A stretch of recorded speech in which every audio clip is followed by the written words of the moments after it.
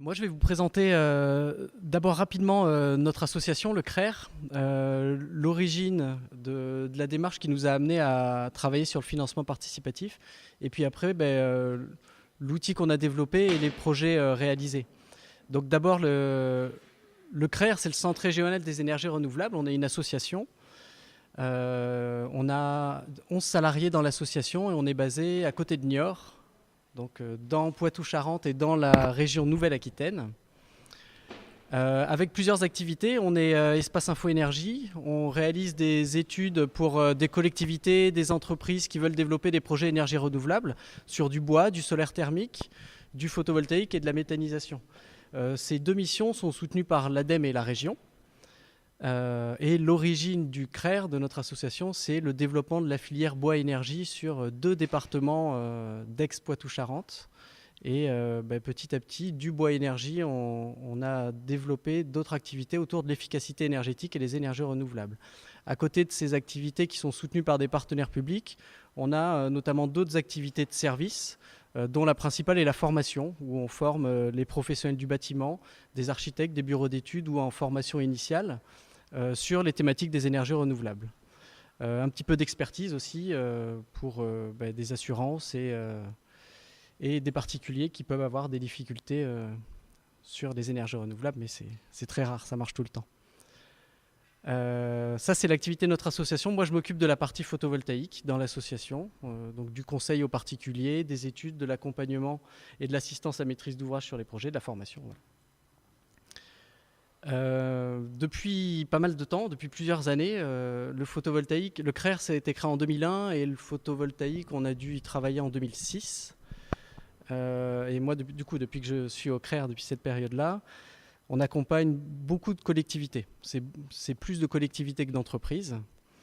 Et on est de plus en plus sollicité par les collectivités qui ont envie de faire participer les citoyens et de faire du financement participatif de leurs projets. On avait, dans les études et les accompagnements de projets qu'on faisait auprès des collectivités, on leur présentait jusqu'à présent, en fonction de la taille des projets, des typologies, la possibilité de faire appel à un développeur privé si c'était des projets de très grande taille, mais on les incitait avant tout à investir elles-mêmes dans un projet, en se disant la collectivité va investir, elle fera des bénéfices sur ce projet-là, qu'elle pourra réinvestir, soit dans les énergies renouvelables, dans les économies d'énergie, ou en tout cas créer un cercle vertueux là-dessus. Et donc c'était la priorité pour nous que la collectivité investisse. Et c'était assez facile à convaincre parce que une collectivité qui investit, elle gère ça dans un budget annexe à travers un SPIC, un service public industriel et commercial, qui est assujetti à la TVA, donc elle récupère la TVA, ça ne grève pas le budget principal, ce SPIC peut emprunter 100% de l'investissement, c'est très bien. Donc c'était parfait comme fonctionnement, ça nous a permis de développer plus de 120 projets de collectivités de toute taille, enfin petits projets quand même, entre 2 pour le plus petit et 250 pour le plus grand, 250 kilowatts. Voilà, donc ça c'est des outils au service des collectivités, mais qui nous demandaient plus. Donc on s'est dit, on va faire en sorte que la collectivité puisse demander, solliciter l'épargne des citoyens pour mobiliser les citoyens de son territoire, mais c'était pas possible juridiquement. Donc on s'est dit, nous en tant qu'association, on va faire ça, mais c'était pas possible. Donc on a créé un outil, une SAS, la SAS Démosol, qui a pour but d'utiliser des toitures qui sont mises à disposition par les collectivités pour réaliser des projets photovoltaïques, où c'est cette SAS qui réalise l'investissement dans les projets. Et cette SAS a pour actionnaire unique l'association, le CRER. Donc on a mis du capital et de l'apport en compte courant pour démarrer la dynamique et pouvoir financer les premiers projets. Et ensuite, pour faire participer les citoyens, on a choisi quelqu'un de local aussi, une plateforme de financement participatif qui s'appelle Lumo et qui est basée à La Rochelle. Qui, du coup, a un dispositif où on peut permettre sur une plateforme d'émettre des obligations. La société de projet Démosol émet des obligations, demande aux citoyens de prêter de l'argent. Et du coup, les citoyens peuvent participer, choisir leur projet. Ça peut être le projet de leur commune, ça peut être un autre projet. Et sont rémunérés pour leur participation. Donc c'est sous forme d'obligation. Pour une durée, nous, on a choisi de 15 ans, qui correspondait à la durée d'exploitation enfin, qui est beaucoup plus longue, hein, mais une durée correcte correspondant à l'exploitation d'une installation photovoltaïque. Voilà, ce n'est pas des durées courtes pour faire prendre conscience aussi que les projets énergie renouvelable, c'est sur du très long terme. Et donc Demosol a été créé fin 2015, en décembre 2015. Et on est revenu vers les collectivités qui nous avaient sollicité. Est-ce que vous êtes toujours partante ? Est-ce que ça vous intéresse ? Sur celles qui ne nous ont pas sollicité en disant voilà, on peut vous proposer toujours pareil sur des projets, un développeur privé, vous faites vous-même, ou on peut faire avec du financement participatif.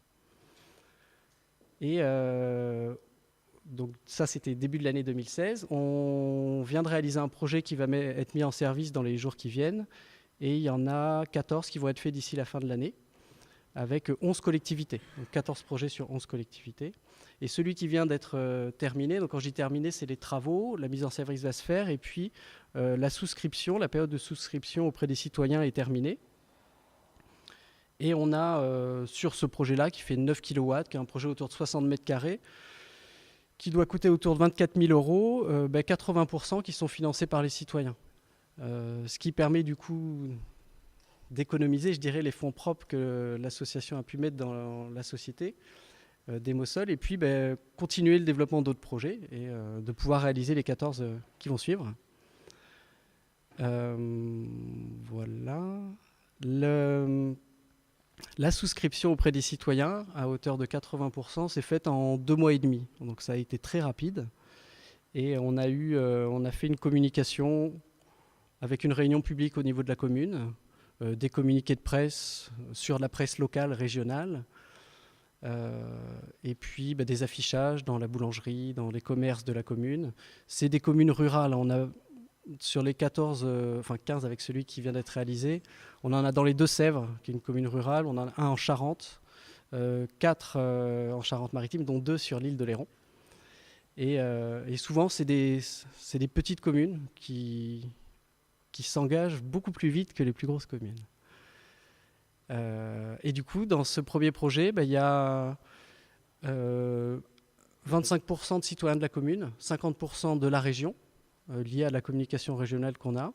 Et puis les 50% autres sont venus par la plateforme Lumo et parce qu'ils étaient intéressés par financer des énergies renouvelables, peut-être parce qu'ils ne pouvaient pas le faire chez eux, peut-être parce qu'ils ne trouvaient pas de projet à côté de chez eux, et qui ont pu contribuer à la hauteur de leurs moyens, parce qu'on permet, grâce à ce système-là, à tout le monde de contribuer, parce que c'est à partir de 25 € qu'un citoyen peut participer et souscrire des obligations. Le maximum, on le fixe aussi nous-mêmes, donc ça a été à 750 € par personne pour permettre à un maximum de personnes de participer sur ces projets de petite taille. Et on a trouvé ça intéressant parce que 25 €, ça permet à des jeunes qui ont peut-être plus l'habitude de manipuler Internet, plus cette notion de défense de l'environnement, de participer. À 25 €, c'est vraiment accessible à tous. Et ça représente 2 cellules photovoltaïques de l'installation. Et 750 €, ça représente à peu près un panneau, donc ça tombe bien. C'était symboliquement assez fort de garder ces limites-là. Les 11 communes qui ont décidé de partir avec nous dans cette aventure, c'est des communes qui ont un projet fort de développement des énergies renouvelables. Quasiment toutes avaient déjà fait une chaufferie bois, du solaire thermique, du photovoltaïque. On sont dans une démarche TEPO, TEPCV. Donc on propose un outil du coup au service de nos adhérents, qui sont des particuliers, des collectivités, des entreprises, au service de leur politique. Et du coup c'est parfait sur Oléron, avec qui on travaille depuis un moment, où on est l'espace Info Énergie, où on a travaillé sur l'éclairage public, sur les bâtiments, l'économie d'énergie dans les bâtiments, sur les projets photovoltaïques en cours. Et donc là, on continue, et je pense que la mobilisation va être très forte sur l'île de Léron, parce qu'il y a une réelle envie d'avancer sur ces sujets-là auprès des citoyens.